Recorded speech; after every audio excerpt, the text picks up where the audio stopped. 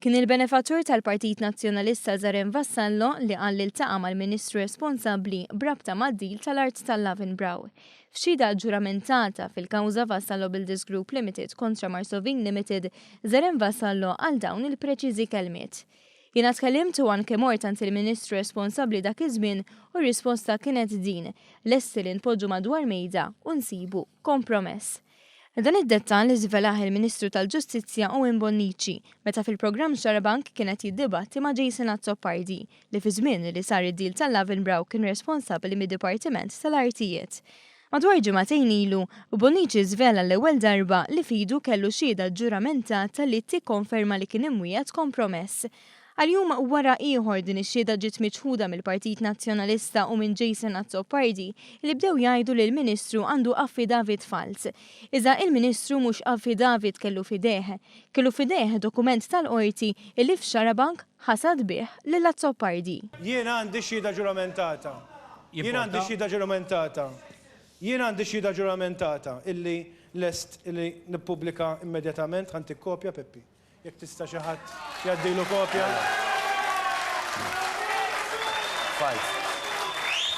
Affidavit fals. Quddiem ex-Ministru viżibilment mifxul, il-Ministru Bonnici beda jispjega fid-dettall dak li kienet jgħid fl-aħħar ġimgħat. Azzopardi interrompa, iżda il-messaġġ kien ċar, dokumentat iswed fuq l-abjad. Din hija l-kawża kollha s'issa jiena rajt ix-xhieda kollha u fosthom hemm xhieda ta' Zarem Vassallo. Zarem Vassallo fis-16 ta' Ġunju 2015 jitla' jixed il-qorti u meta jitla' jixed il-qorti isaqsuh numru ta' domandi. Fosthom jgħidulu hekk ara. Jitkellmu ħajkwota hearsay evidence. Dal-Ministru ħajkwota hearsay evidence. Fals. Jiena nitolbok Peppi segwi miegħi. Page 4. Komplijaza. Komplijaza. Bil-qal kollha. Naf li darek mal-ħajt. Ovvja li se jkollok il-ħin kollu biex tirrispondi. darek mal-ħajt. U ħadd kompli tidħol ġo ħajt issa. Mela. Jimporta? Is-sur Zarem Vassallo nitolbok issegwi. Dana qed jgħid x'għamel meta rċieva littra uffiċjali li semma Dottor Azzopardi ftit qabel. U jgħid hekk. Mela, meta tgħid dawn sur Vassallo dawn hekk ara Peppi segwi miegħi.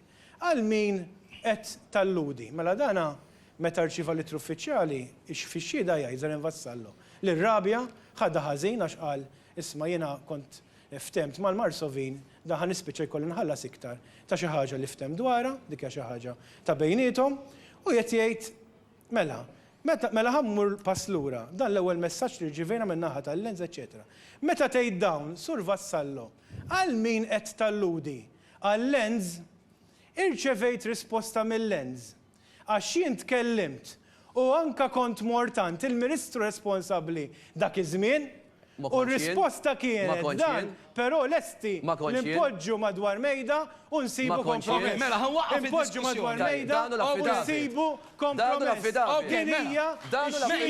Jimporta. Jason Azzopardi li l-Awditur Ġenerali jgħid li brabta mad-dil tal-Lavenbrau għandu jerfa' responsabilità politika prova jfarfar minn fuq spaltu. Anke jekk dan il-każ iġib il-firem tiegħu mill-bidu sal-aħħar qal li ma kienxu il-Ministru responsabbli. Issa naraw li għandna lil Jason Azzopardi li kien ilu jgħid li qatt maltaqa' u qatt ma wieħed kompromess Zarem Vassallo u llum preżentajt xhieda bil-ġurament fejn Zarem Vassallo qed jgħid illi iltaqa' mal-Ministru responsabbli dak iż-żmien u anka li weduh li se jsibu kompromess. Issa f'daqqa waħda. Ma setax jonqos li aħbar bħal din tkun segwita b'konferenzi tal-aħbarijiet miż-żewġ naħat.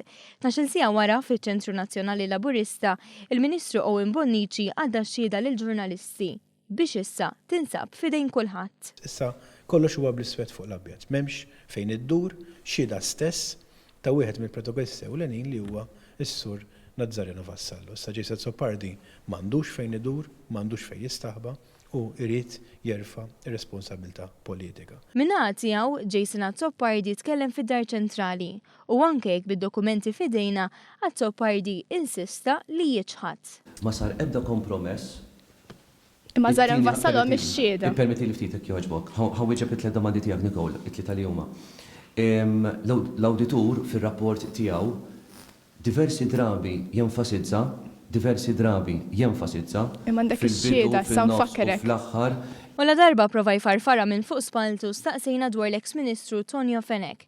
Dan irrid jgħid li d-dil fejn il-Gvern daħħal ftit mijiet ta' eluf minn flok 8 miljuni għamlu hu. Ġifieri, jekk Tonio Fenek iltaqax jew le ma' Zaren Vassallo jien ma nistax inwieġeb dik id-domanda. Firmat li kollox jindika li responsabbli kien Jason Azzopardi għax l-Awditur Ġenerali hekk jgħid staqsejna fuq il-prinċipju.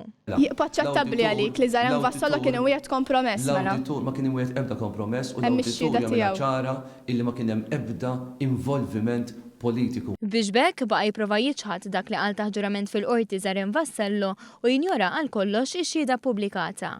Xhieda li tant ħasditu li ħallija warajh fl-istudju ta' Xarabank.